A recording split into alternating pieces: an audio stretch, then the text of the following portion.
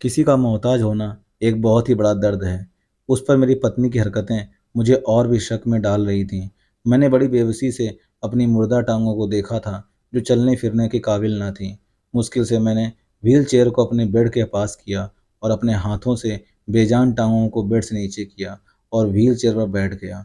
यह सब करने में ही मेरे पसीने छूट गए थे। मैं पूरी तरह से हाँफ रहा था। रात के अंधेरे में सामने वाले कमरे से मेरी पत्नी की आने वाली आवाज़ों ने मेरे होश उड़ा दिए थे। वह रोज़ मुझे दवा खिलाकर मेरे कमरे से निकलकर सामने कमरे में जाकर दरवाज़ा बंद कर लेती थी। रात की खामोशी में मुझे अपनी बीवी की अजीबो-गरीब सी आवाज़ें आती थीं, जिसे सुनकर ही मेरा कलेजा फटने लगता था। रात भर मैं सुकून से सो नहीं पाता था। फिर वह दरवाज़ा सुबह ही खुलता था और जब मेरी बीवी कमरे से बाहर आती, तो चेहरे पर एक मुस्कुराहट सजी होती थी। उसका हसीन रूप उस वक्त और भी जगमगा रहा होता था। उसके गीले बाल मेरी जान निकालने लगते थे। जब मैं पूछता कि तुम रात को मेरे साथ क्यों नहीं सोई, उठकर क्यों चली जाती हो, तो वह कोई भी जवाब न देती। बस एक अजीब सी मुस्कुराती हुई नज़र मेरे बेजान पैरों पर डालती, जैसे वो कह रही हो कि तुम एक अपाहिज मर्द मुझे दे ही क्या सकते हो। वह मुझसे मुंह से कुछ नहीं कहती थी और उसकी चुप्पी मुझे अंदर ही अंदर से मार रही थी। पूरा दिन वह मेरा ख्याल रखती थी, मुझे खाना भी अपने हाथ से खिलाती थी, लेकिन रात को खूबसूरत सी साड़ी पहनती और अच्छे से तैयार होती और दूसरे कमरे में जाकर दरवाज़ा बंद कर लेती। रात भर जो तकलीफ वह मुझे देती थी, वह मेरे लिए मेरी जान निकालने के लिए काफ़ी था। औरत का सजना संवरना बेमाने नहीं होता। एक बार मैंने खाना खाते हुए उसका हाथ पकड़ लिया और उसे कहने लगा, सोनाली, तुम रात को मेरे पास ही रहोगी, मुझे छोड़कर कहीं नहीं जाओगी। मुझे तुम्हारे बिना नींद नहीं आती। तुम तो जानती हो कि मैं तुमसे कितनी मोहब्बत करता हूँ। देखना, बहुत जल्द मैं अपने पैरों पर खड़ा हो जाऊंगा, चलने फिरने लगूंगा। मेरी आंखें बेबसी के मारे गीली हो गई थीं। यह मेरी बेबसी की आखिरी हद थी।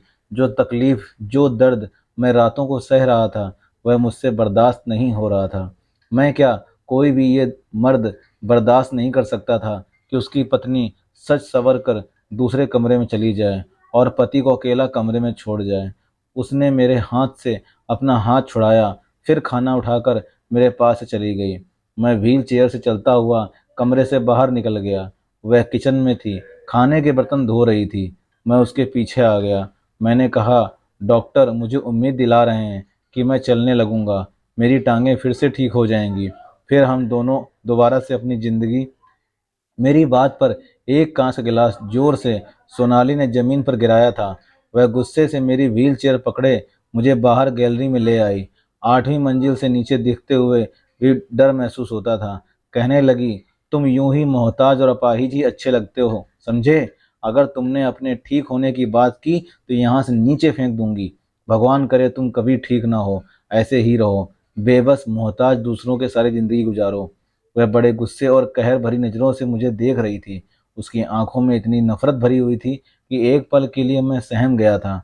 गैलरी की दीवारें ज़्यादा ऊंची नहीं थी, वो मुझे आगे कर चुकी थी।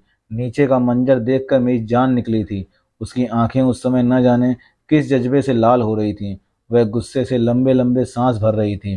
फिर मेरी व्हील चेयर पीछे कर दी, मुझे मेरे कमरे में ले आई, मुझे बेड पर सहारा देकर लिटा दिया और दवा खिलाकर मेरे कमरे का दरवाज़ा पूरा खोलकर सामने कमरे में चली गई। जोर से उस दरवाजे को बंद कर दिया जिस कमरे में वह आजकल रहने लगी थी। उस कमरे का एक दरवाज़ा बाहरी तरफ भी खुलता था। जिस तरह की आवाज़ें उसके कमरे से आती थीं, वह सुनकर मैं मौत की तरफ जा रहा था। मुझे अपनी बेजान टांगों पर अब गुस्सा आने लगा था। मैं बेबसी से अपनी टांगों पर मुक्के मारने शुरू कर दिए। अगर मैं ठीक होता तो जान से मार डालता उस आदमी को जिसके साथ मेरी पत्नी हंस हंस कर बातें कर रही थी उस बंद कमरे में, और भी न जाने क्या क्या कर रही थी। जब एक मर्द और औरत कमरे में तन्हा होते हैं तो इससे आगे का ख्याल सोचकर ही मेरी रूह कांप जाती थी, लेकिन मैं मजबूर था। एक बार मैंने ठान लिया कि मैं आज उस आदमी को छोड़ूंगा नहीं। इसलिए बड़ी मुश्किल से मैं व्हील चेयर पर बैठा और साइड टेबल से पिस्टल निकाली और कमरे से बाहर निकल गया। सामने कमरे से अब भी हंसने की और बातें करने की आवाज़ें आ रही थीं।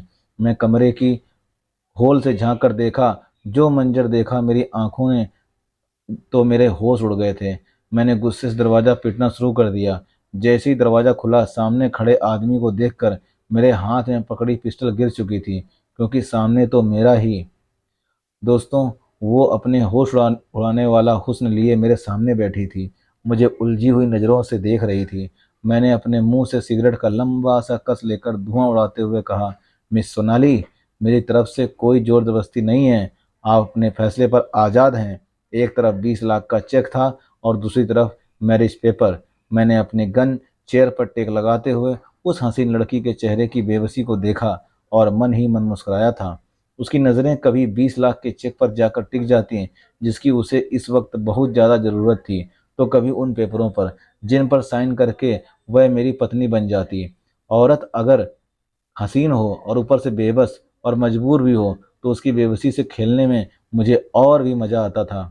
इसलिए मैं जिस कदर सोनाली की बेबसी से मज़ा उठा सकता था, उठा रहा था। उसकी आंखों में झिलमिलाते आंसू मेरे अंदर अकड़ कर बैठा, मेरी आत्मा को बहुत ही सुकून पहुंचा रहा था। उस लड़की के लिए शायद यह फैसला करना बहुत मुश्किल था। मैंने सोनाली को दो राहे पर लाकर खड़ा कर दिया था।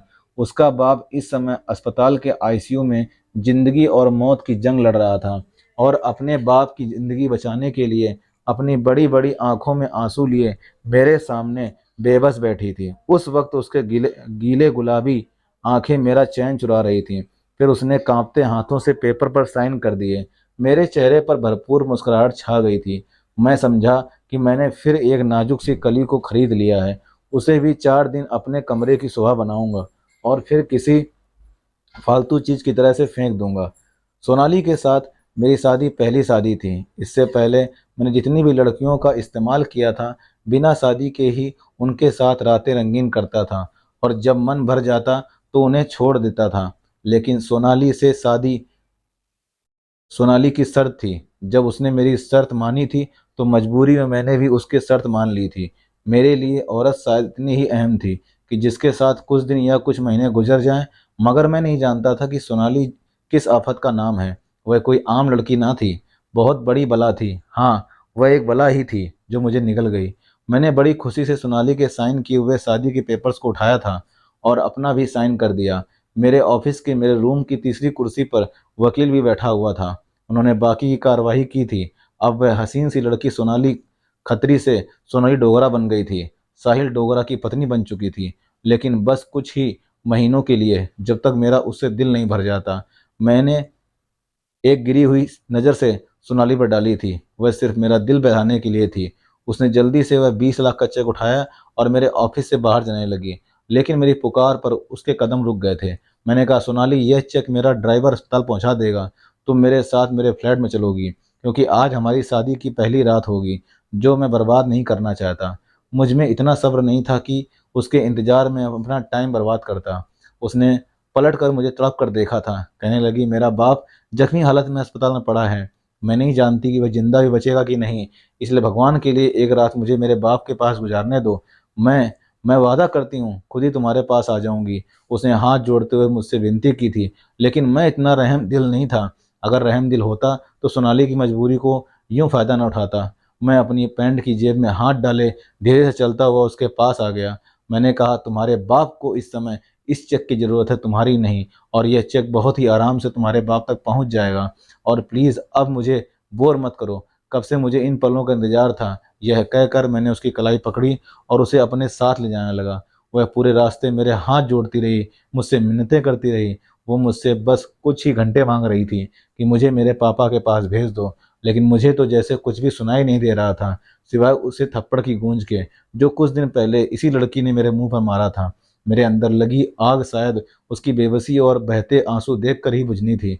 इसलिए मैं बस गाड़ी चलाता रहा, उसकी किसी भी बात पर ध्यान नहीं दिया। मैं एक बहुत ही अमीर और अय्याश टाइप का 30 साल का नौजवान था। इतने तो शायद किसी ने कपड़े नहीं बदले होंगे जितनी मैं लड़कियों को खरीद कर किसी फालतू की चीज़ की तरह फेंक चुका था। दौलत की रेल पेल थी, किसी चीज़ की कोई कमी ना थी। मैंने शादी भी अभी तक इसलिए नहीं की थी कि मुझे किसी एक औरत के साथ ज़िंदगी नहीं गुजारनी थी।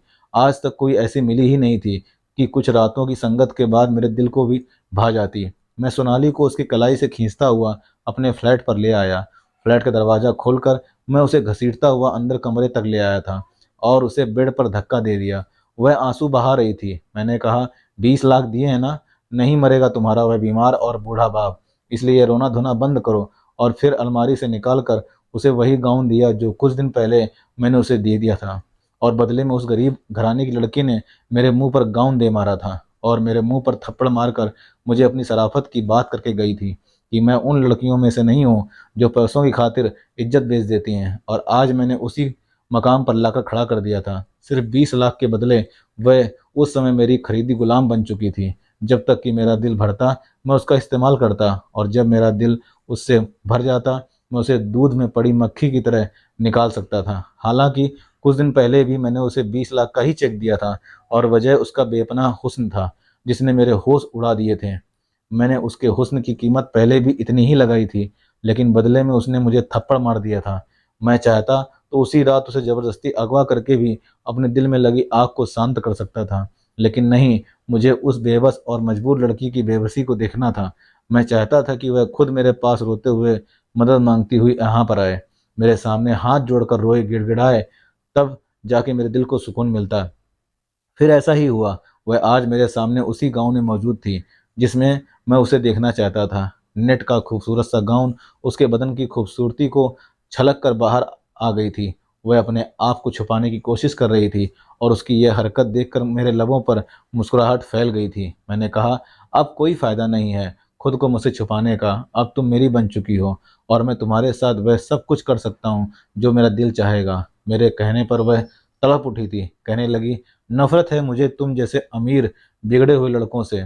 तुमने सिर्फ मेरा शरीर पाया है, लेकिन मेरे दिल में तुम्हारे लिए सिर्फ नफरत भरी है। मैं अपने बाप की जान बचाने की खातिर खुद को तुम्हारे हाथों बेच चुकी हूँ, या यूं कहो मैं अपनी जिंदगी अपने बाप की खातिर दांव पर लगा दी है। उसकी इतनी नफरत भरी बातें सुनकर मेरे शरीर में आग सी दौड़ गई थी। मैंने कस कर उसको अपनी बाहों के शिकंजे में जकड़ा था, इतनी जोर से कि उसकी सिसकी निकल गई। मैंने कहा, मुझे कोई फर्क नहीं पड़ता, तुम मुझसे चाहे जितनी भी नफरत करो, लेकिन कुछ दिन या फिर यूं कहो कुछ महीने तो मैं तुमसे खूब ढेर सारा प्यार करूंगा और अपने 20 लाख की कीमत वसूल करूंगा। उसके बाद तुम मुझसे आज़ाद हो। यह कहकर मैंने उसके खूबसूरत से बदन को चूम लिया था। उसके बाद मैंने वो सब कुछ पा लिया जिसकी मुझे जिद थी। सोनाली मेरे पापा के ऑफिस में काम करने वाली एक छोटी सी वर्कर थी जिसकी तनख्वाह भी बहुत कम थी। एक बार मैं किसी काम की वजह से अपने पापा के ऑफिस में गया और उनसे कुछ डॉक्यूमेंट साइन करवा कर उनके कमरे से बाहर निकल गया कि तभी अचानक मेरी नज़र सोनाली पर पड़ी। तो उसके होश उड़ाते हुस्न को देखकर मेरा दिमाग घूम कर रह गया था। ब्लैक ब्लैक कुर्ता, उस पर पिंक कलर का बड़ा सा दुपट्टा शोल्डर पर फैलाए हुए वह चुपचाप से कंप्यूटर की स्क्रीन पर नजरें जमाए तेजी से कीबोर्ड पर उंगलियां चला रही थी। मेरे बस अचानक से ही नज़र उसकी तरफ उठी थी, लेकिन उसके हुस्न को देखकर तो नजरें पलटना ही भूल गया था। शायद मेरी नज़रों की तपिश का असर था कि सोनाली उलझन का शिकार हो गई थी। औरतें खुद पर उठने वाली हर नज़र को पहचान जाती हैं और यह सिक्स सेंस तो उनमें नेचुरल होता है। शायद इसीलिए सोनाली ने मुझे बड़ी नापसंदीदा नज़रों से घूरा था। मेरे मुस्कुराहट और भी गहरी हो गई थी। मैं किसी काम से पापा के ऑफिस में आया था, लेकिन सोनाली की खूबसूरती ने मुझे मजबूर कर दिया था कि मैं वापस पापा के केबिन में गया। मैं उनसे सोनाली के बारे में पूछा तो वह कहने लगे कि वह कुछ ही महीने पहले उनके ऑफिस में काम कर रही है। बहुत ही अच्छी और मेहनती लड़की है। मैंने कहा, मुझे भी एक ऐसी ही लड़की की ज़रूरत है। अगर आप सोनाली से कहें कि वह मेरे ऑफिस में काम कर ले तो मेरी मुश्किल आसान हो जाएगी। मेरे पापा को भला क्या एतराज़ हो सकता था, और वैसे ही पापा मेरी किसी बात को टाल नहीं सकते थे। मैं उनकी इकलौती औलाद था। बस पापा को मेरी एक ही बात से प्रॉब्लम रहती थी कि मैं ज़िंदगी में मैच्योर कब होऊंगा। आए दिन लड़कियों से मेरी दोस्ती पर भी पापा सवाल उठाते रहते थे। मेरी माँ भी चाहती थी कि अब मैं शादी करके सेटल हो जाऊं, लेकिन मैं शादी के झंझटों में पड़ना नहीं चाहता था। मैं आज़ादी से खुलकर अपनी ज़िंदगी को एंजॉय करना चाहता था। मैंने अपना एक अलग से फ्लैट ले रखा था। ज़्यादातर मैं अपने इसी फ्लैट में रहता था और लड़कियों को भी वहीं ले जाता था। मम्मी पापा के साथ बहुत कम रहता था। यूँ सोनाली को मेरे ऑफिस में शिफ्ट कर दिया गया। मैंने सबसे पहले काम यही किया कि उसकी तनख्वाह बढ़ा दी। वह खुश हो गई थी, लेकिन अब तक उसने मेरे इरादों की खबर तक नहीं थी। उसे काम करते कुछ हफ्ते गुजर गए थे। मैं उसे किसी भी काम के लिए कहता तो वह चुपचाप वह काम कर देती थी। मेरे किसी भी बात को ना नहीं करती थी। लेकिन उसने पहली बार मेरे काम के लिए ना कहा। कि जब मैंने उससे कहा, मेरे ऑफिस में काम करने के रूल कुछ अलग हैं, मुझे काम करने वाली लड़कियों का लुक मॉडर्न लुक चाहिए, इसलिए अगर तुम यह जो बड़ा सा दुपट्टा ओढ़ कर रखती हो उसे उतार कर कुछ मॉडर्न कपड़े पहनकर काम करो तो अच्छा होगा, और उसके लिए मैं तुम्हारी तनख्वाह डबल कर दूंगा। मेरी बात सुनकर उसने कहा कि मैं जो कपड़े पहनती हूँ उसमें मैं खुद को कंफर्टेबल फील करती हूँ, मुझे अपना लुक चेंज करने की कोई ज़रूरत नहीं है।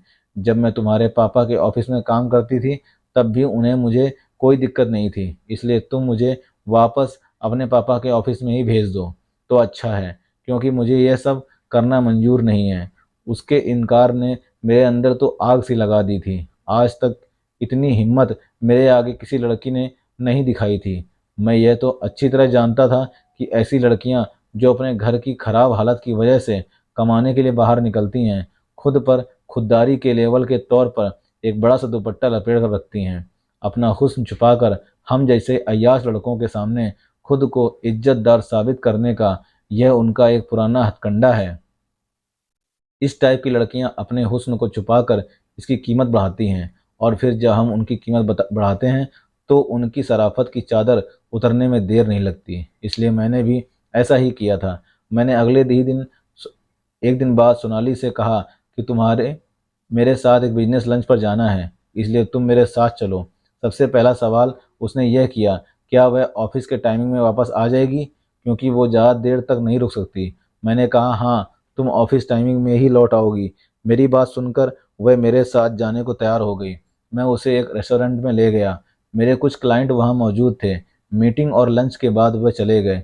मैं सोनाली को बहाने से उसी होटल के कमरे में ले गया, लेकिन जब मैंने उसे अपने इरादे के बारे में बताया तो वह गुस्से से लाल हो गई थी। मैंने 20 लाख का चेक और एक बेहुदा सा लिबास उसके सामने रख दिया और यह भी कहा कि जब तक चाहूँ तुम्हें यूज कर सकता हूँ, तुम मुझे इनकार नहीं करोगी।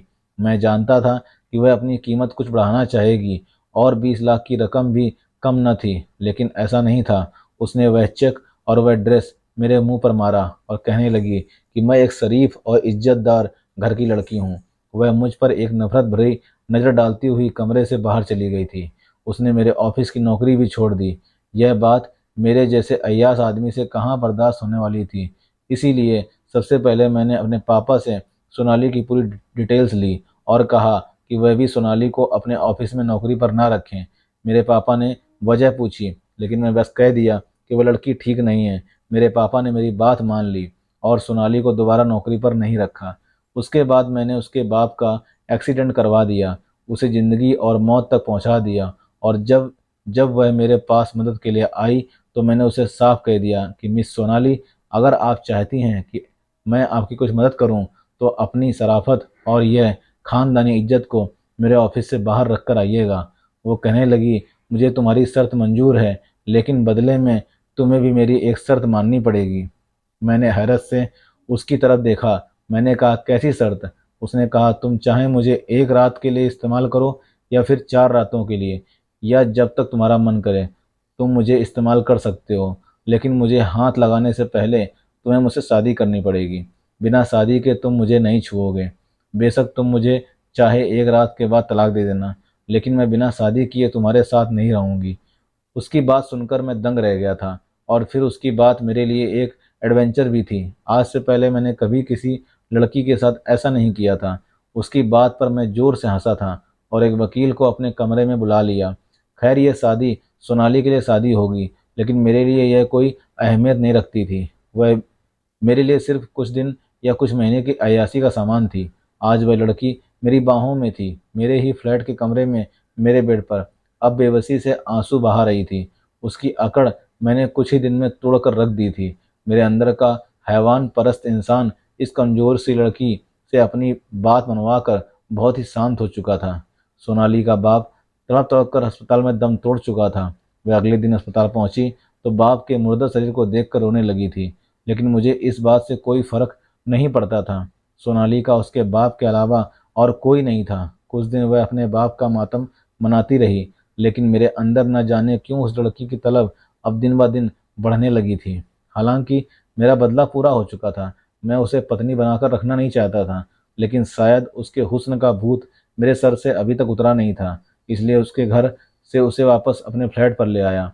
इस बार उसकी आंखों में मेरे लिए पहले से भी ज़्यादा नफरत थी, लेकिन मुझे कहाँ किसी बात की परवाह थी। मुझे लगा बस कुछ दिन का खुमार है, जैसे ही सोनाली के हुस्न का खुमार मेरे सर से उतरेगा, मैं सोनाली के मुंह पर तलाकनामा मारकर उसे चलता कर दूंगा। लेकिन वह तो किसी नशे की तरह मेरे अंदर उतरने लगी थी। हर बार वह मुझे पहले से ज़्यादा हसीन लगने लगी थी, इतनी कि मैं कई कई घंटे बस उसे देखता रहता था। हालांकि मुझे आज तक सोनाली से बदले में मोहब्बत नहीं मिली थी। उसकी आंखों में मेरे लिए सिर्फ एक ही जज्बा था, और वह था नफरत का। जितना मैं उसकी संगत में रहता, उतनी ही वह मुझे अच्छी लगने लगी थी। उसका उदास चेहरा भी मुझे लुभाने लगा था। एक बार वह बहुत बीमार हो गई थी, और तब मेरी जान पर बन पड़ गई थी। उसे बुखार में तपते देखकर मेरा दिल तड़प उठा था। उस समय मुझ पर यह खुलासा हुआ कि मैं तो सोनाली से मोहब्बत कर बैठा हूँ। उसकी तकलीफ मुझे बर्दाश्त नहीं हुई थी। मैं रात भर उसकी खातिर जागता रहा, उसका ख्याल रखता रहा। कुछ दिन में वह ठीक हो गई थी। 6 महीने गुजर चुके थे, लेकिन अब भी वह मेरी पत्नी थी। एक बार उसने मुझे खुद ही पूछ लिया कि तुम मुझे तलाक कब दोगे, क्योंकि यह तो मैं उसे पहले ही बता चुका था कि मैं उसके साथ कुछ दिन या फिर कुछ महीने ही रहूंगा। लेकिन अब मेरा इरादा बदल चुका था। मैं चाहता था कि वह यूं ही मेरे साथ हमेशा हमेशा रहे, और मैंने अपना यह इरादा उसे बता दिया। मेरी बात सुनकर उसने नफरत से मुझे देखा। कहने लगी, मुझे तुम्हारे साथ अपनी पूरी ज़िंदगी नहीं गुजारनी। मुझे हर सूरत में तलाक चाहिए। तुमने तो खुद कहा था कि मुझे छोड़ दोगे। यह कहते हुए वह फूट फूट कर रो पड़ी थी। मैंने कहा, सोनाली, यह मेरे लिए मुमकिन नहीं है। मैं पता नहीं कब तुमसे दिल्लगी करते करते तुमसे दिल लगा बैठा हूँ, इसलिए अब तुम्हें छोड़ नहीं सकता। मैं तुमसे मोहब्बत कर बैठा हूँ। अब तुम्हारे बगैर जीने के बारे में सोच भी नहीं सकता। प्लीज़ सोनाली, जो हुआ उसे भूल जाओ, और तुम भी मेरी मोहब्बत को स्वीकार कर लो। तुम जैसे यहाँ रह रही हो, रहती रहो। लेकिन वो मुझसे लड़ने लगी थी।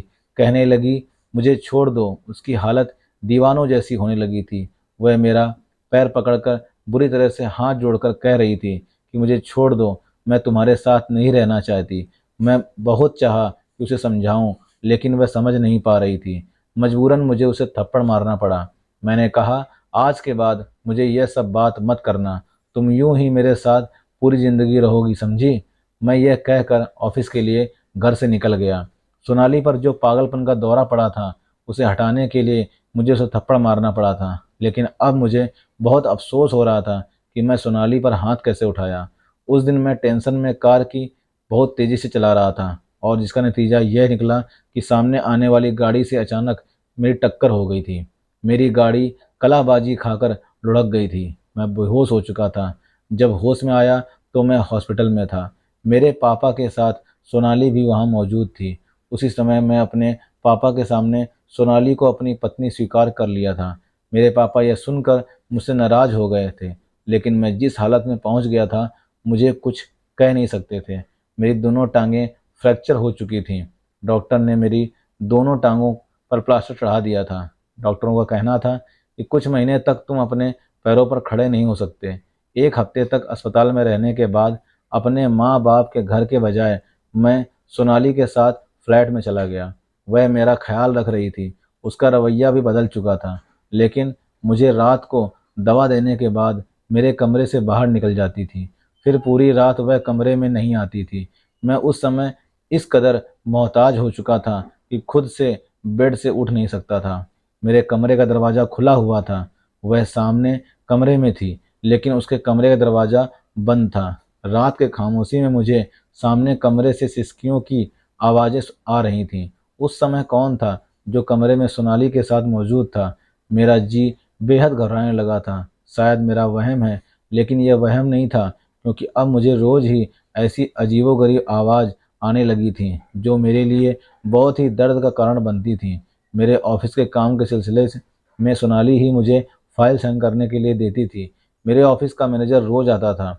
जो भी ज़रूरी काम होता, मैं उससे घर पर ही डिस्कस करता था, और फिर वह चला जाता था। काफ़ी जिम्मेदार और शरीफ लड़का था। अपने काम से काम रखता था। मैं सोच भी नहीं सकता था कि आज वही मेरी पत्नी के कमरे से बाहर निकलेगा। मैंने कहा, तुम? वह कहने लगा, हाँ मैं। आज मेरी आंखों में आंखें डाले मुझे देख रहा था। सोनाली भी उसके साथ खड़ी थी।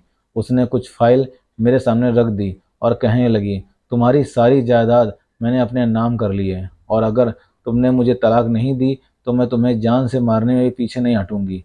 मैं हैरत से सोनाली को देख रहा था। मैंने कहा, सोनाली, मुझे तुमसे मोहब्बत हो गई थी कि मुझे तुम्हारी शराफत और विश्वास था। मैं कुछ भी सोच सकता था, लेकिन तुम्हारे बारे में यह नहीं सोच सकता था कि तुम किसी के साथ नाजायज़ रिश्ता भी बनाओगी, क्योंकि नाजायज़ रिश्ता तो मैं भी तुम्हारे साथ बनाना चाहता था और बदले में तुम्हें लाखों देना चाहे थे, लेकिन तुमने अपनी शराफत को, अपनी इज्जत को अहमियत दी थी। तो फिर आज क्यों गैर मर्द के साथ?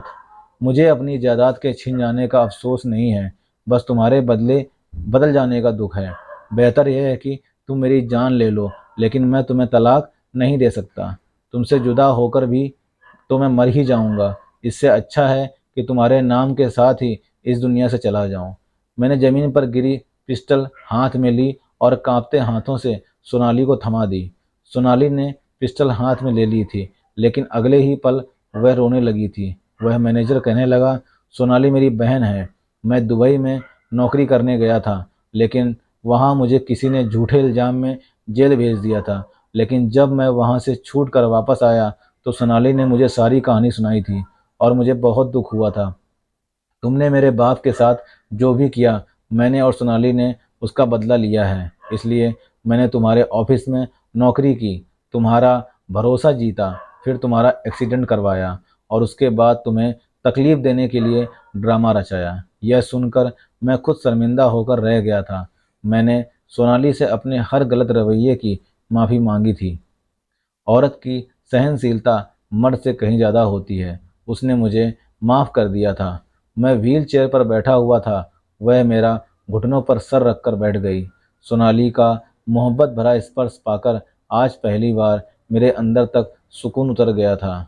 दोस्तों, कहानी कैसी लगी कमेंट बॉक्स में कमेंट करके ज़रूर बताइएगा, और बेल आइकन को प्रेस करके ऑल पर सेट कर दीजिए, ताकि आपको मेरी सारी कहानियाँ सबसे पहले आपके चैनल पर उपलब्ध हों।